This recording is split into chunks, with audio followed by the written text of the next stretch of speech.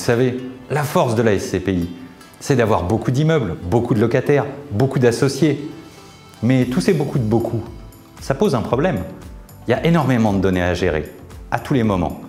Alors pour savoir comment ça se passe, on va soulever le capot de la SCPI. D'abord, il y a l'immeuble, son emplacement, sa composition. Ce sont des commerces, des bureaux, de l'habitation. Il faut les décrire. Et pour tout ça, c'est un premier logiciel.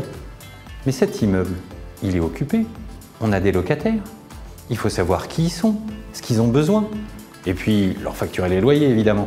Et ça, c'est encore un autre logiciel, d'autres données. Et pour que le locataire se sente bien, il faut s'en occuper de cet immeuble, faire de l'entretien, des travaux, le suivre. Et ça, c'est encore un autre logiciel. Et tous ces logiciels, toutes ces données, on va les synthétiser. Et on va les synthétiser au sein d'un cockpit. Une direction et tous les boutons sous la main. Et maintenant, les associés. Les associés, il faut les décrire. Alors, on les connaît, les cas classiques. Je souscris en pleine propriété, j'ai du cash et je peux faire ma souscription. Mais chaque associé est unique. Je souscris en pleine propriété, en démembrement de part.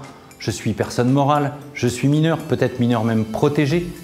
Et là, ce sont des cas particuliers qu'il faut gérer dans des logiciels pour décrire ça. Et puis, ces associés, il faut les faire vivre.